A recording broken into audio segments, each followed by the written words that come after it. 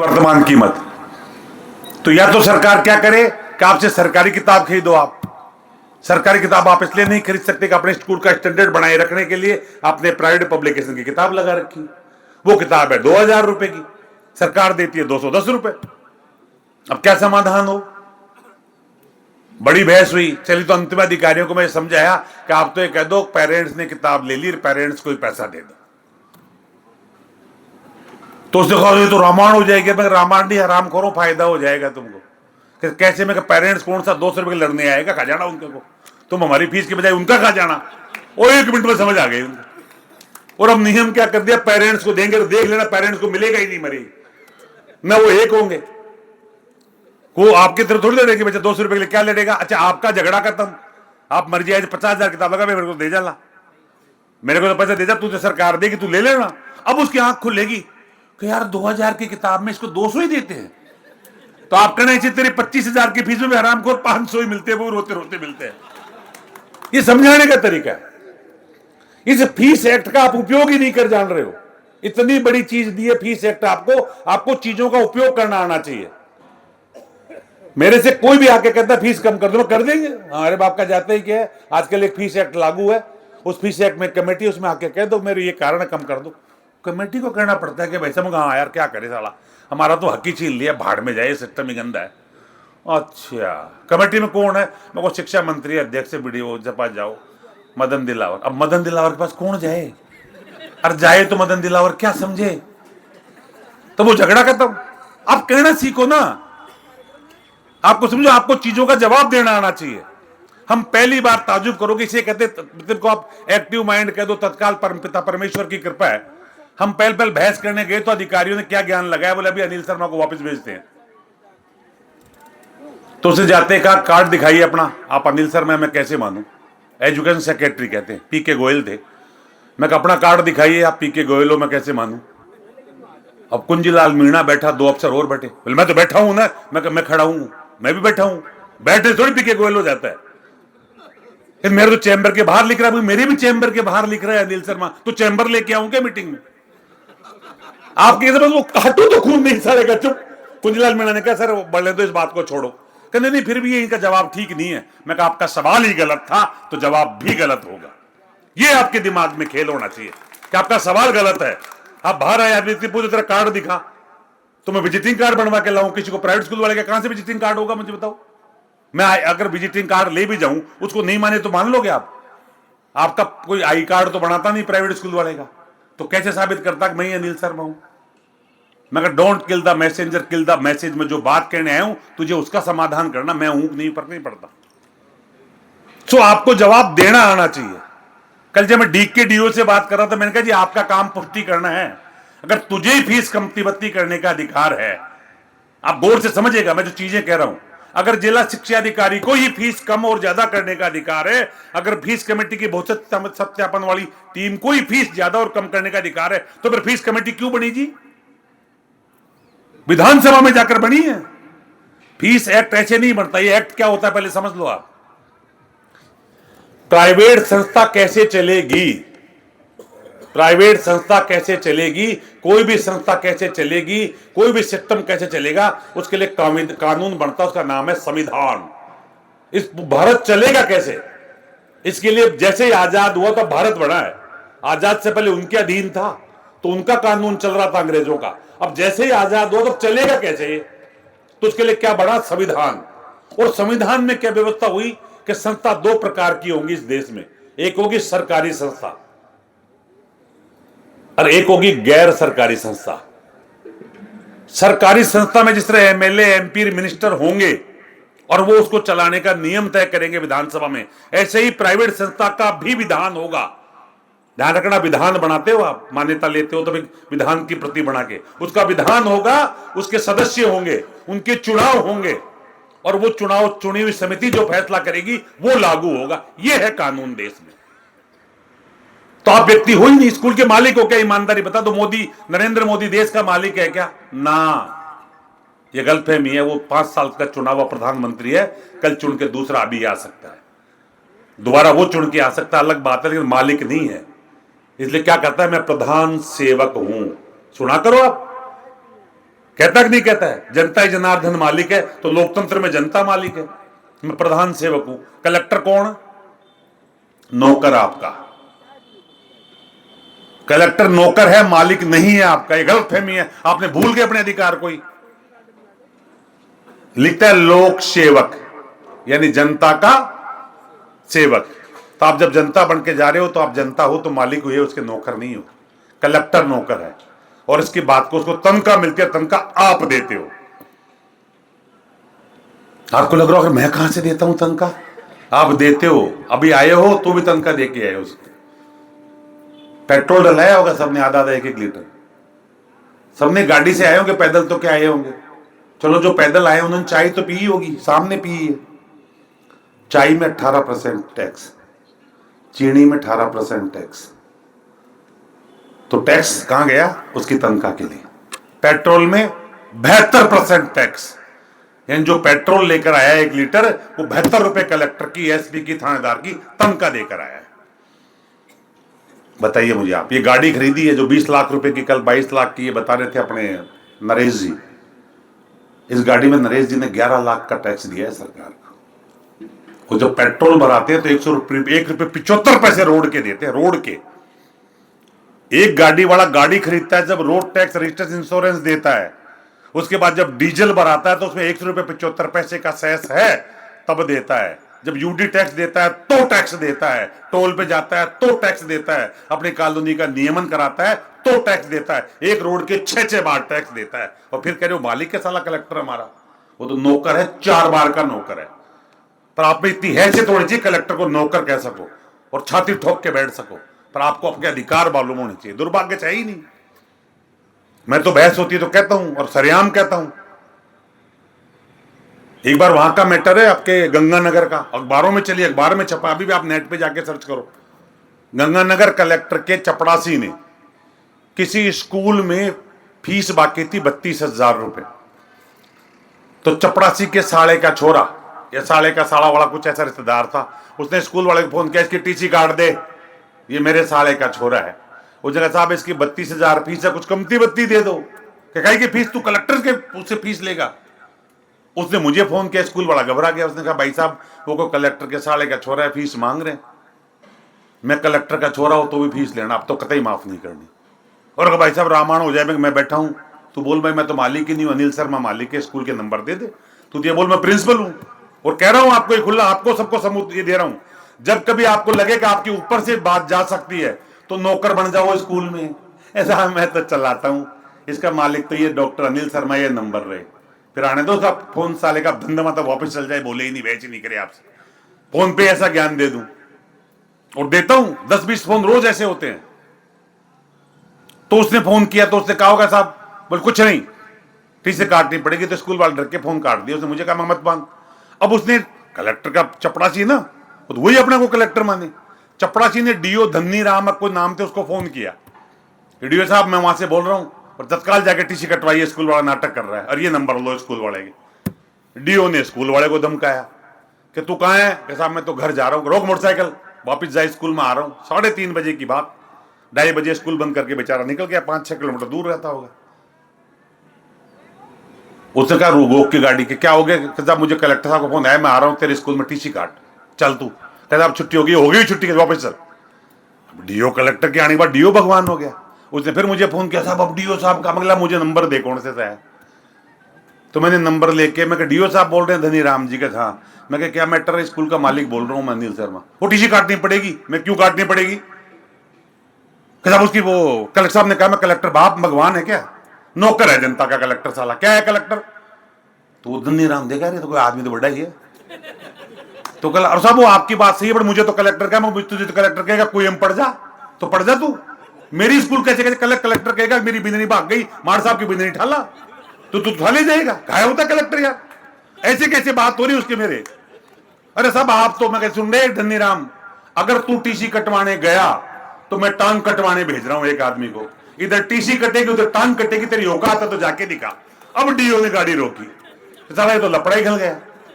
साहब आप बोल कौन रहे हो? मैं अनिल शर्मा बोल रहा हूं जयपुर से। और ये पक्की बात मान ले, पहले 2-3 को पीटा हुआ है, बरतुर में घर जाके ठोका हुआ है। और जेल वेल भी जाके आया हूं। अब टांग काटूंगा, टीसी कटेगी, टांग कटेगी, तुझे तय करना है। अब डीओ ठटका, डीओ ने उसको चपड़ासी को फोन मिलाया था, वो तुम्हें टांग काटने की धमकी दे रहे हैं उल्टे। अब चपड़ासी को फिर गुस्सा आया, उसने कलेक्टर को दिया।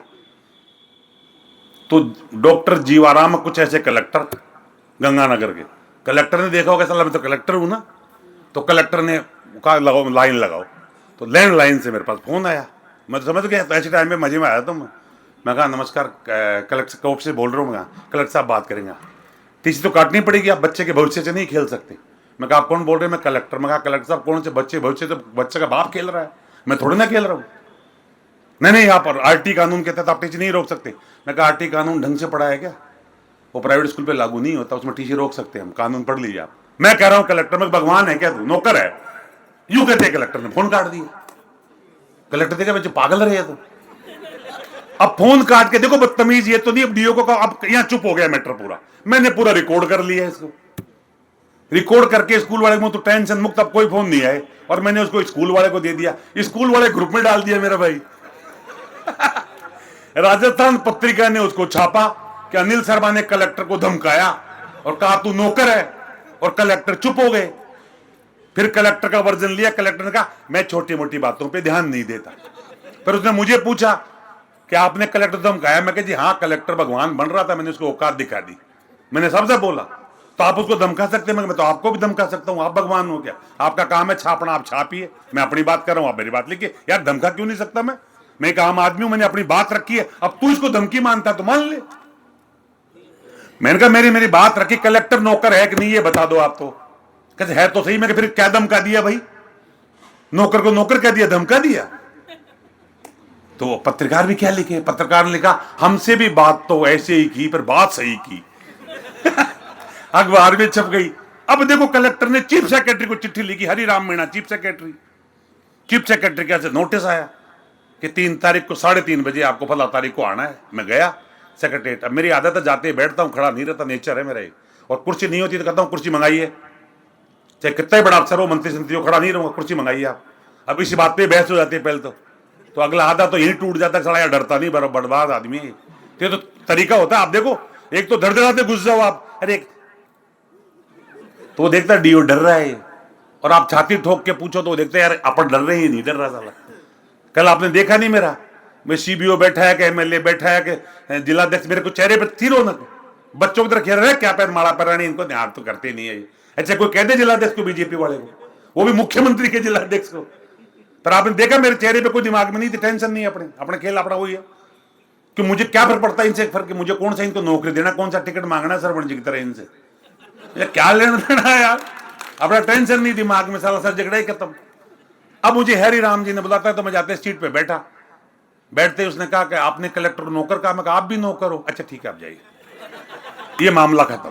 अब ये साबित हो गया कि कलेक्टर भी नौकर तो चीफ सेक्रेटरी भी नौकर, इसलिए आप डरा मत करो, कह दिया करो कि हमारे संगठन के साथ केस हुआ है, चीफ सेक्रेटरी तक गए, पता कर लो, ये साबित हो गया कि आप नौकर हो, और नहीं हो तो बच्चे की कसम खा के कह दो आप नौकर नहीं हो।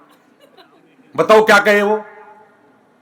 तो मैं इसको अर्थ बता रहा हूं, इसके जरिए पूरी कार्यशाला चलेगी कि संविधान में आपके भी अधिकार है, संस्था के भी अधिकार है।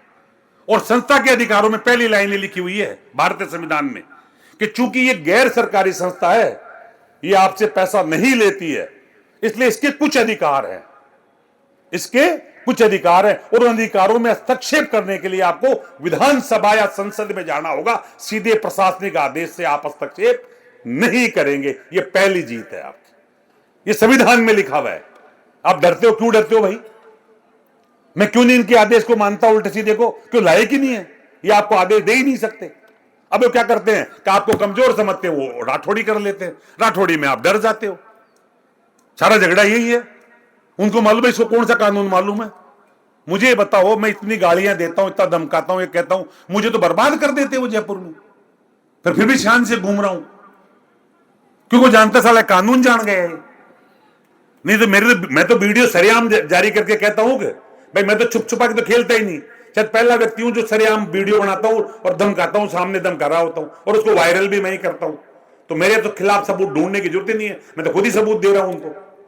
पर मैं जो कह रहा हूं सोच समझ के कह रहा होता हूं उस वक्त, मुझे ध्यान है मैं क्या क्या चीज कह रहा हूं, ये कानून में है कि नहीं है। तो पहली बात यह समझ लीजिए कि जब तक विधानसभा में सरकार नहीं जाए किसी मुद्दे को लेकर, तब तक वो हम पर कानून नहीं बना सकती। इसलिए फीस तय करने का अधिकार सरकार अपने हाथ में लेना चाहती थी, तो सरकार गई विधानसभा में और उसमें राजस्थान फीस विनियामक विधेयक बनवाया। इट मींस फीस तय करने का अधिकार डीओ के पास नहीं है, भौतिक सत्यापन दल के पास। ये साफ जाहिर हो रहा है, न डीओ के पास है, न डायरेक्टर के पास है, न सेक्रेटरी के पास है। अब जब कानून कोई चीज का बन गया, जब हमने कल घोषणा कर दी कि 10 बजे चलेगी, तो 9 बजे चलाते हैं तो गलत है, मानते हो? जब हमने कह दिया 10 बजे चलेगी कार्यशाला, तो 9 बजे नहीं चला सकते, लेकिन 10 बजे हमें कानूनन अधिकार है। जब फीस कमेटी बन चुकी है, फीस एक्ट बन गया, फीस एक्ट में 4 चीज लिखी हुई है, मैं आपको एक एक करके बता रहा हूं। फीस एक्ट में लिखी हुई है, ये उसमें लिखा हुआ है। अब उसके पहले फीस एक्ट की प्रक्रिया समझ लो। फीस एक्ट के तहत क्या होता है कि फीस आखिर तय क्यों हो, पहले तो सवाल यही उठता है कि फीस क्यों तय हो। मजदूर वाले की तो सरकार तय नहीं करती, मेडिकल की तो फलानी तय नहीं करती। तो चूंकि आप सोसाइटी स्कूल चलाती है, तो संविधान में इसको गैर लाभकारी संस्था बताया गया है। सोसाइटी को संविधान में गैर लाभकारी संस्था बताया गया, इसलिए किसी एक व्यक्ति को स्कूल खोलने का अधिकार नहीं है। अस्पताल खोल सकता है एक आदमी, स्कूल नहीं खोल सकता दुनिया में। मतलब भारत में ऐसा कानून है कि भारत में स्कूल खोलने के लिए आपको चाहे सच्ची बनाओ चाहे झूठी बनाओ, एक सोसाइटी बनानी ही पड़ेगी। अब जब सोसाइटी बन गई कानून में, तो कानून में स्कूल चला रही है सोसाइटी, आप नहीं चला रहे हो, ये गलतफहमी है। आप मालिक हो, अब सोसाइटी का स्कूल है, आप यूं कहना सीखो। आप कभी आरएसएस के स्कूल में जाओ, जो विद्या भारती के स्कूल चलते हैं, आप कभी माहेश्वरी समाज के ग्रुप के स्कूल में जाओ, आप कभी निर्जा बड़े ग्रुप में, वो कहेगा सोसाइटी चलाती है, विद्यालय प्रबंधन से बात करके हम बताएंगे आपको। वो ऐसे नहीं कहेंगे ला आपने कहा मैं कर दूं। तो आप ये लाइन कहना सीखो, पहली लाइन जो मेरा सीखने का आज का, कि आपको सब स्कूल को एक सोसाइटी चलाती है, आपको जो भी कहना है मुझे कागज दे दो, मैं तो एक प्रतिनिधि हूं, मैं सोसाइटी से पूछूंगा, वो जो कहेगी आपको जवाब दे दूंगा। कम मान्यता रद्द कर देंगे, कर देना भाई साहब, मैं कम मना कर रहा हूं, आप लिख के दे दो भाई मान्यता रद्द कर दूंगा, मैं सोसाइटी को बता दूंगा। सोसाइटी कहेगी करा ले मान्यता रद्द तो करा लेंगे, सोसाइटी कहेगी मत करा तो नहीं कराएंगे। अब आप बचे कि नहीं बचे? वो जाके क्या बोले साहब, सोसाइटी का नाम लिया, आपने ना नहीं किया। उसको ध्यान रखो, ना करने में और सोसाइटी का नाम लेने में दोनों में डिफरेंस है। जब कानून में लड़ाई होती है तो इन्हीं मुद्दों पे बहस होती है कि उसने जवाब क्या दिया। आप कभी कभी देखा करो, मैं चिट्ठी लिखते हो कि विद्यालय प्रबंधन समिति ने फिलहाल निर्णय के तहत ये किया, इतना डाल दिया आपने किसी और पे, पता प्रबंधन समिति का फैसला है, कोई दिक्कत नहीं आएगा। जब देखेंगे उस वक्त तो टल गया आपके पास से। सो पहली लाइन ये कहना सीखो साहब, स्कूल का मालिक नहीं हूं मैं एक कर्मचारी हूं, जो फैसला करेगी विद्यालय प्रबंधन कमेटी करती है। नहीं मैं जानता हूं तू मालिक है, कहा आप लिख के दे जाओ मैं मालिक हूं, आप दे दो, मैं तो बहुत अच्छी बात है, मैं मालिक बनना चाहता हूं साहब, 20 साल से लड़ रहा हूं, साला मालिक बनाता ही नहीं मुझे कोई, आप लिख को दो ना कि तू मालिक है। अब वो कैसे लिख के दे तू मालिक है? अभी बात आ रही थी टीसी के लिए, तब टीसी के लिए आपको कलेक्टर, एसडीएम, तहसीलदार सब धमकाते हैं, थानेदार। आप उनसे कहो भाई सब लिख के दे दो कि नियमानुसार टीसी काटू या गैर नियमानुसार काटू। अब वो क्या कहेगा आपको बताना है, मान आप ही बताओ क्या कहेगा? नियमानुसार काट। वो कहे गैर नियमानुसार काट, तो एक पन्ने में बोले पन्ना फाड़ के दे दिए, ये टीसी लो। ये तो मैं नहीं मानता टीसी नहीं है, कहते तो गैर नियम में ऐसी ही मिलती है, नियम में से वो मिलती है साहब। जब तू नियम को नहीं मान, तो आपको जवाब देना आना चाहिए, ये पहला काम है। और ये कहां से सीखोगे? जब आप कार्यशालाओं में आओगे, सिस्टम को देखोगे, डर खत्म होगा, तो ये जवाब आपको आना सीखेगा। एक चीज दिमाग में पहले डाल लो, इनका बाप भी आपकी मान्यता खत्म नहीं कर सकता, उसको सस्पेंड करते हैं साल 2 साल के लिए। मान्यता खत्म करने का नियम ही नहीं बना। ये जब एक्ट बने ना, तो मान्यता देने के तो बने हैं, उसको खत्म करने के बने ही नहीं। मान्यता वापस लेने का जरूर एक नियम बना है, उसमें एक लाइन लिखी हुई है कि मान्यता कभी खत्म नहीं की जा सकेगी, जरूरत पड़ी तो वापस ली जा सकेगी, लेकिन वापस लेने की पहली शर्त है कि मान्यता लेते वक्त जो दस्तावेज दिए, यदि उनमें कोई गलती है, यानी आपने 2100 रुपए चंदा दिया, चंदे के नोट नकली दे दिए, तो आपको खाना खाने से उदयभान जी बाहर भेज सकते हैं। अगर नोट 2100 रुपए दिए तो 2 दिन तो रहोगे, अब चाहे कोई आए या नहीं आए। आप समझना, इतनी बड़ी बात है, इसको इस भाषा में समझो आप। अगर आपने 2100 रुपए गलत दिए चंदे के, मान लो नकली नोट लाके दे दिए, उदयभान जी के पकड़ में आ गए, तो काट सकते हैं आपको। इट मींस मान्यता लेते हुए जो दस्तावेज आपने दिए, यदि उनमें कोई फॉल्ट पाकर आपकी मान्यता रद्द कर रहा है तो रद्द भी कर सकता है, कोर्ट उसको रोकेगा भी नहीं। लेकिन यदि किसी और बात से करता है तो कोर्ट तत्काल जाते हैं उस पर रोक लगा देता है। यही नीरजा मोदी के मामले में होगा। आज मैं बता के जा रहा हूं यहां से, 2 साल के लिए की है, और ऐसा कम से कम 22 स्कूलों के मामले में हो गया। और ये योगी आपके सामने बैठा, एक योगी है, ये बैठा, इस बच्चे की कर दी थी ऐसे ही, ये हमसे मिला और वही सरकार से ही करवा के छोड़ी, ये बैठा सामने, पूछ लो। अभी आपका एक स्कूल ये लो, ये बच्चा बैठा, कर देते राठौड़ी में, मूर्ख है, कुछ भी कर सकते हैं। एक अभी ये कौन सा हिंडोन के पास वो है, कौन सा जगह, नादोती के एक स्कूल की कर दी बच्चा। अच्छा, दुर्भाग्य ऐसा देखो, स्कूल से गुर्जर समाज का बच्चा पहले मरा, दुर्भाग्य से दोबारा भी गुर्जर समाज का ही मर गया, और तीसरा बच्चा भी अब आत्महत्या के लिख के मर गया। इतना हादसा हुआ। हालांकि बुरा हुआ, मैंने स्कूल वाले को कहा कि तुमको 2-3 को इस्तीफा देना पड़ेगा, मैं कहूं जैसे कर लो, और फिर तुम मेरे पास आ जाओ इस्तीफा देकर। मैंने सेक्रेटरी से कहा जी जिसकी गड़बड़ हुई उसको इस्तीफा ले लिया, और क्या फांसी लगाओगे यार, और उसे स्कूल की मान्यता रद्द करेंगे। मैं स्कूल ने पीटा बच्चे को, स्कूल टक्कर दे के आई उसके, यार ड्राइवर ने टक्कर दी, ड्राइवर को उठा के बाहर किया हमने, क्या करो। और दूसरा ड्राइवर सावधानी में लिखवा के ले लूं, टक्कर मत देना, वो लिख के देगा टक्कर नहीं दूंगा, और फिर भी लगेगी। टक्कर को रोक सकते हो क्या आप और मैं? आप बताओ, भजन लाल जी आज मुख्यमंत्री है, वो रोक देंगे टक्कर को? टक्कर तो होगी, लोग होंगे, ड्राइवर गलती करेगा, टक्कर होगी, ड्राइवर गलती करेगा या दूसरा गलती करेगा, हादसे तो होंगे। कोई दुनिया की ताकत हादसों को कम कर सकती है, सावधानी बरत सकती है, पर हादसा नहीं होगा इसकी कोई लिख के नहीं दे सकता। और उस स्कूल की मान्यता वापस हो गया गई। तो ऐसे साल में 2-4 केस आते हैं, साल 2 साल के लिए हटाते हैं, हम जाके कोर्ट में, यहां पहले तो सरकार को ही पावर होता है, डायरेक्टर करता है रद्द, तो डायरेक्टर के ऊपर सेक्रेटरी को पावर होता है, तो 90% केस में तो सेक्रेटरी स्टे देके कर देता है, और कल्पना करो नहीं करता है तो कोर्ट में लगते हैं 35,000। जब 35,000 में सारा झगड़ा मुक्त हो सकता है तो काहे को सीबीओ की रोज रोज की डांट खाओ।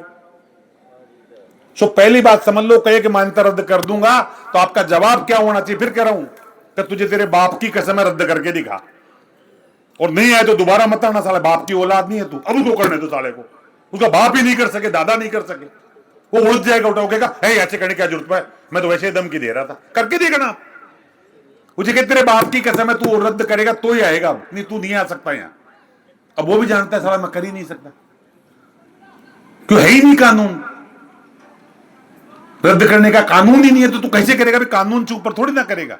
वो क्या करता है, फिर निलंबन करा सकता है, अप्रोच वाला वो तो, और वो 1 साल या 2 साल निलंबन का मतलब फिर दोबारा तो मान्यता तो गई ही नहीं, और उसके पे स्टे मिल जाता है। सो ये दिमाग से निकाल दो कि आपकी कोई मान्यता रद्द कर सकता है। ये 5-6 चीजें छोटी छोटी ऐसी मैंने इसलिए पहले रखी कि डर के मूल कारण है, और एक सबसे बड़ा कारण जो डर के आप निकालने का बता रहा हूं, जिसने आपको यहां भेजा है, जिसने आपको टीचर बनाया है, स्कूल संचालक बनाया है, जिसने आपको इंसान बनाया है, और जिसने आपको पढ़ाने लिखाने की जिम्मेदारी दी है, आपका सोच जो भी कारण हो, वो अगर जब तक आपसे चाहेगा आप स्कूल चलाएंगे, कोई नहीं रोक सकता। वो जिस दिन तक आपसे चाहेगा आपका स्कूल चलेगा। उसको सब तरीके आते हैं। कुछ बच्चों को कोरोना में पास करना था, वो कतई पास नहीं होते 1000 साल में भी। तो एक बच्चे को तो मास्टरों ने लिख के दे रखा था, और बोले फैलिया बेटा तू तो 1000 साल भी पास हो जाए तो मूंछ कटा लूं। अब क्या पता फैलिया, आज वो आ गया कोरोना, और फैलिया भाई साहब बिना पढ़े ही पास। ये सीकर का मामला देखो आप, कितना प्रेक्षणीय उदाहरण है। फैलिया को सारे मास्टर लिख के दे दिया, और 5वीं 6वीं क्लास से धमका रहे थे फैलिया को कि फैलिया बेटा दुनिया पास हो जाए तू नहीं होगा। और फैलिया के गुरुजी चिंता मत करो, फैलिया पास होके जाएगा। फैलिया का कॉन्फिडेंस अखबार में, राजस्थान पत्रिका में छपी थी स्टोरी, आप नेट पे सर्च करिएगा। अब साहब कोरोना आ गया, देखो भगवान ने फैलिया के लिए कोरोना भेजा, और कोरोना में निर्णय लिया कि बिना पढ़े ही पास होंगे, बिना एग्जाम दे, और फैलिया पास। फैलिया गया मार साहब के घर कि मार साहब कौन सी मूंछ कटाओगे, राइट या वाइट? यार तो देखो ये पास हो के आ गया। अब मार साहब भी देखा, यार फैलिया तू तो पास तो हो गया भाई, गजब ही किया, कोरोना आ गया। कहते ये नहीं कहा था आपने तू ऐसे ही पास होगा, आपकी बात थी पास होगा कि नहीं होगा। अबे तो यार का भाग गया, कोरोना पहले आ गया है, बताओ नहीं है क्या? कुछ की बारात में आपको जीमड़े जाने का नौता नहीं मिलना था, जो कोरोना में ब्याह हुआ, अगला आप रोते रह गए। खास बुआ का छोरा ही था, पूछते थे, मेरी बेटी की बच्चे की शादी की, तो मैंने पूछा घर में कितने फूफा जी? कि 6 जने में पुप्पा जी आप और बुआ जी आओगे, 4 को घर छोड़ दो। और ऐसे होगा क्या, मैं पुप्पा जी आप भी आ जाओ तो ठीक है, बुआ को छोड़ आओ या मेरी बुआ को भेज दो, आप भी मत आओ। है ही क्या करूं, है ही 11 आदमी बारात में जाने लायक, 16 तो हम ही है सारे, तो 5 तो हमारे छोड़ रहे, पुप्पा जी का नंबर कहां से आए। ऐसा हुआ, रियली बता रहा हूं कि बीच में ऐसा आ गया 11 आदमी से ऊपर नहीं जा सकते और एक गाड़ी में एक ही बैठेगा। अब हमने हमारे खास भतीजे की शादी 2 साल से टाल रहे थे यार, छोरे का पहले ही बच्चे ब्याह नहीं हो रहा था, फिर सगाई कर ली, 2 साल तक कोरोना गया। मैं छूट छाट नहीं जाए, मैं भाई साहब को करा लो, अब कर लिया तो नोता किसको दे, किसी को नहीं दिया। तो फिर वो गाड़ी में बैठ गए तो पुलिस वाले एक में एक ही बैठो, 11 गाड़ी कहां से लाए आराम खोर, एक में 2-3 तो बैठेंगे हम आगे पीछे, 11 आदमी तो जा रहे और चोरी छुपे रास्तों से गए। खाना भी लाडू कैसे खाता था आदमी, वो मुंह पे बांध लेते थे क्या, वो गांव में बेचारा मास्क नहीं था, यूं लाडू को घेरा तो ये दिन भी आपने मैंने ईमानदारी बताओ नहीं देखे तो उस पर आप क्या कर सकते हो, ईमानदारी बताओ। किसी ने देखा कोरोना, किसी को दिखाई दिया, बताओ। किसी ने कोरोना नहीं देखा और बिना दिखने वाली चीज ने पूरे संसार के 210 में से 197 देशों को करीब 7 सवा साल तक ठप कर दिया। यह है उसकी ताकत जिसे कहते हो आप, कह रहे कुछ नहीं है, कुछ नहीं है, कोई नहीं है ताकत। साइंस का बाप भी ढूंढ लिया हो, बता दो कोरोना। वैसे नक्सलिया ने वैज्ञानिक से पूछा, मैं तूने ये कैसे दिखाया, कि मुझे कल्पना ही था भाई ऐसा होगा। जिसको जो दिख नहीं रहा उसने सारी दुनिया को छिन्न भिन्न करके बंद कर दिया, बताओ नहीं किया क्या। अब गौर से समझो, कहते नहीं है भगवान, तो कोरोना से डर के भगवान का नाम मत लिया करो, वो नाराज हो गया सल्टा देगा सबको। तो ये प्रैक्टिकल है कि जिसको पास करना था उसके लिए कोरोना ला दिया अगले ने, जिनकी बारात से आपको अलग करना था उनके लिए कोरोना ला दिया, जिस गरीब की बच्ची की शादी करना था ऐसे हजारों माँ बाप के लिए कोरोना वरदान साबित हुआ है। जिन गरीबों के पास पैसा नहीं था चुपचाप सल्ट गए। क्या बात कर रहे हो आप, उसके 1000 तरीके हैं। मैं परसों की घटना बता रहा हूं आपको। परसों में मेरे फार्म हाउस पे नाइला आया हुआ था 30 तारीख को। मैं जब जाने लगा तो अचानक जवाहर सर्किल पे जाते मुझे याद आई करोड़लाल जी मीणा बैठे रहते हैं एयरपोर्ट के बाहर, वो दरबार लगाते हैं। मैं कहा आज पहला साल है, चलो करोड़लाल जी से राम राम कर चलते। 2-3 दिन से फोन आ रहा था उनका, यार पंडित जी आना, कोई काम है, कोई काम है। तो अब देखो मैं उनके लिए गाड़ी घुमाने लगा तो एकदम मेरे दिमाग से कोई फोन आ गया, तो मैं उस रास्ते को कट करके आगे निकल गया। फिर मुझे याद आई यार आप गलत आ गए, तो मैंने किसी दूसरे रास्ते की तरफ गाड़ी घुमाई, और गाड़ी घुमाई तो बाद में मैंने क्या फोन कर लिया। मैं क्या फोन ही करने के करोड़लाल जी नहीं हो तो फोन किया तो बोले यार मैं तो सवाई माधोपुर आ गया। अब मैंने गाड़ी दूसरे रास्ते से घुमाकर वापस चौराहे पे आके चला, यानी पहले मैं अंडरपास से निकलता था सीधा, अब मैंने अंडरपास से ऊपर लेके यूं चढ़ के वापस उतर के फिर यूं आया, यानी करीब 2.5 मिनट में लेट हुआ। जिस चौराहे पे आके मैं गाड़ी रोकी वहां 6 गाड़ियों का एक्सीडेंट था, एक दूसरे के टक्कर मार के कोहरा में। यानी इस परमपिता परमेश्वर को मेरी गाड़ी बचानी थी। मेरा अचानक दिमाग में करोड़लाल मीणा का नाम लाया, मुझे रास्ता बुलाया और मैं रास्ते से घूम के वापस आ गया तो बच गया। क्या बोलोगे आप इसको, ये घटना है देख लो आप, और आपके साथ में हजारों बार होती होगी, आप चाहो नहीं चाहो। अभी थोड़े दिन पहले करीब 8-10 थोड़े दिन ज्यादा दिन हो गए, राजेश पायलट साहब का जहां दुर्घटना घटी वहां पे 2 टीचर्स की गाड़ी, मैं सरकारी नौकरी में था तो हमारे स्कूल के 11 टीचर्स किसी रिटायरमेंट की पार्टी के चक्कर में गोवर्धन जी आए और दर्शन करके 11 टीचर चले गए। 2 के बाद हमने अपनी गाड़ी रोक ली, चाय पियेंगे। तो एक जना था, कोई चाय नहीं पिया यार, अनिल जी बिना बात नाटक करते हो आप, जब देखो जब जल्दी पहुंचना घर। तो मैं कह रहा मुझे तो एक जन, कुछ लोग बोले हम भी चाय पियेंगे, तो हम चाय पीने वाले तो गाड़ी में ट्रांसफर हुए, दोनों में से एक में। 2 जीप थी, बोलिए कौन सी वो आती थी पहले, खुले जीप की इसकी जीप का बड़ा पोर्ट आपका क्या नाम है, कमांडर। तो 2 कमांडर गाड़ियां थी, तो एक में बैठे लोग जो चाय पीने वाले थे वो चले गए, दूसरे में जो उनको जल्दी जाना था वो आगे दूसरी गाड़ी में।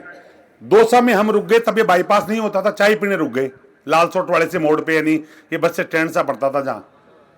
और हमसे लगभग वो गाड़ी 15 मिनट पहले आगे गई, बंडाने में आई, एक ट्रक ने टक्कर दी और वो 11 के 11 खत्म। और हम जब आए तो वहां हाहाकार मच रहा, क्या हो गया, कि साहब एक जीप टकरा गई, देखा तो हमारी गाड़ी और हमारे 11 साथी में से 10 साथी खत्म। क्या कहोगे आप इसको। उस परमपिता परमेश्वर ने उन जिनको नहीं मारना था उनको गाड़ी में ट्रांसफर कराया चाय के नाम पे। आज से देखिए जो जीवन में परिवर्तन लाते हैं। उसके बाद एक बार मैं दिल्ली से मैं आ रहा तो दिल्ली में महेश जोशी के साथ राजस्थान हाउस में ठहरा हुआ, अचानक मेरे घर से कोई फोन आया कि आप आ जाओ, 3-4 दिनों को काम ऐसा कोई बता दिया होगा। तो मैंने कहा भाई साहब मैं तो जाऊंगा अभी। तो बोला अभी तो टिकट नहीं होगा, ऐसा करो मेरी टिकट पे चल जाओ। तो सांसद और विधायक की आगे आगे की सीट होती है सरकारी गाड़ी में, देखा करो आप, लिखा रहता है विधायक सांसद। तो उन्होंने एसी वाली गाड़ी को कहा कि भाई मैं जाऊंगा तो आप राजस्थान हाउस से मुझे ले लेना। कि ठीक है सर। वो गाड़ी आई तो 1:30 बजे की गाड़ी, हमने 1 बजे कहा तो 1:30 बजे गाड़ी आई। तो गाड़ी आके उन्होंने खुद उतर के आए नीचे वो, और मुझे गाड़ी में बिठा गए। तो कंडक्टर बोला भी नहीं बेचारा, भाई सांसद बोले अरे मेरे भाई है ये जाएंगे, मैं नहीं जा रहा। चलो सब, ने तो टिकट लगा, हम आगे सीट पे बैठ गए। आगे के विधायक जी सांसद की जो सीट थी, वहां से हम बै रोड तक आ गए। अब मेरे को 2 बार झपकी आई हूं। झपकी आई तो उस ड्राइवर ने कहा भाई साहब थोड़ा सो मत यार, फिर मेरे को नींद आ जाती है। मैं कोशिश करता हूं साहब। तो इतनी देर पीछे कोई बैठा था, बोले भाई साहब आप पीछे आ जाओ, मैं बैठ जाता हूं आपकी जगह, मुझे रास्ता देखने का शौक है। मैं देख ले भाई साहब। तो मैं वो पीछे भी अपने प्यार से सोएंगे, मैं उठा के 2 सीट पीछे आके सो गया। वो मेरी जगह जाके आगे बैठ गया। वहां से गाड़ी को 6-7 किलोमीटर चली होगी, और सामने से रोड से ट्रक पता नहीं कैसे कूदा, कट के यूं आया और उस कंडक्टर साइड को काटता हुआ चला गया। यानी वो सीट लेके ही चला गया उस आदमी को, पाउटा में आके। और वो खत्म मौके पे, झटका लगता एकदम चेत हुआ तो मालूम चला जो मैं खत्म होता, मेरी बजाय वो खत्म हो गया। अब क्या बोलोगे इसको? और ये मेरे साथ नहीं, आप अखबारों में हजारों बार पढ़ते होंगे कि जब अमेरिका में, मैं क्यों कह रहा हूं आपको कि आपका डर खत्म कर रहा हूं कि कतई मत मानो को आपको कोई मार देगा, कतई मत मानो आपको कोई नुकसान पहुंचा देगा। जिस दिन तक उसका हाथ आपके सिर पे है, इस दुनिया की कोई ताकत आपका कुछ नहीं उखाड़ सकती, जो व्यवस्था में इन सब में। आप देखो ना अमेरिका में क्या हुआ, 135 मंजिल के टावर में जब वो घुसे तो एक आदमी कूदा वहां से, 135 मंजिल 125 मंजिल, कुछ नेट पे देखिएगा आप। और वो जिस कार पे पड़ा, उसे कार में कोई बैठा था वो खत्म हो गया, कार दबके लगी, वो बच गया। यानी वो कार पे कूदा, डर के मारे मरना तो है ही, तो नीचे आ नहीं सकता था, आग लग गई। तो अगला खिड़की में से कूद के कूदा, वो कूदा तो नीचे कोई कार खड़ी थी, 2 जने बात कर रहे थे, गपशप मार रहे थे, उन पे आके कार पड़ी, नीचे के खत्म। अगला भाई साहब उठ के आ गया, टक टक टक चल दिया। आपके अहमदाबाद में क्या हुआ अभी प्लेन में, बताओ मुझे। एक आदमी ही क्यों बचा? आप गौर तो करो, एक ही क्यों बचा? और खिड़की तोड़ के, तो खिड़की बाकी की क्यों नहीं टूटी? आप कह रहे हो वह गेट था, खिड़की मान लिया, मैं तो आपकी बात मान लेता हूं, वहां खिड़की का गेट था जो, तो गेट पे भी 2 आदमी, तो मतलब 2-2 सीट। प्लेन में कभी आप बैठे हो तो 3 की 2-2 की सीट होती है प्लेन में भी, जैसे रोडवेज बस में होती है। बहुत लग्जरी होता होगा उनमें, अलग होती होगी, पर जो नॉर्मल प्लेन में बैठते हैं तो 3 की 2 की सीट होती है। तो 2 तो वो करता, उसका भाई भी पास बैठा था, भाई क्यों नहीं बचा? वो ही क्यों बचा? क्या कहोगे आप इसको? उसको बचाना था उसको। और जो डॉक्टर साहब कर रहे थे, हम तो प्लेन में नहीं बैठेंगे, मर जाएं। प्लेन ने तेरे को घर में आके मार दिया, अस्पताल में घुस के किचन में मारा है, अस्पताल के हॉस्टल में। करे तू प्लेन से मौत लिखी, पंडित जी ने कहा तू प्लेन से मरेगा। तो उसने कहा मैं जिंदगी में बैठू ही नहीं, देखता हूं कैसे मरता है। बेटा प्लेन तेरे को आके मार जाएगा। देखो आप, मैं जो कहना चाह रहा हूं उसके भाव को समझिएगा कि कहीं है, हम माने नहीं माने, कोई सिस्टम है। मैं 2 दिन से इस चीज को बार बार क्यों स्थापित करना चाह रहा हूं, इसके पीछे मेरे 2 स्वार्थ हैं।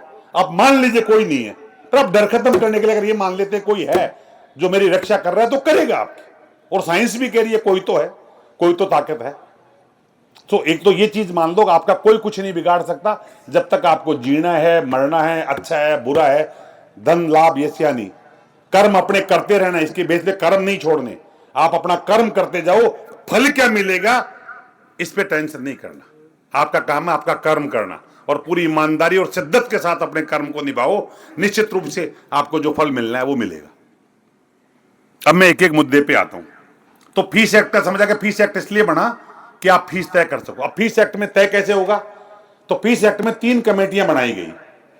एक बनाई गई स्कूल लेवल फीस कमेटी, उसको बोलते हैं SLFC, school level fees committee.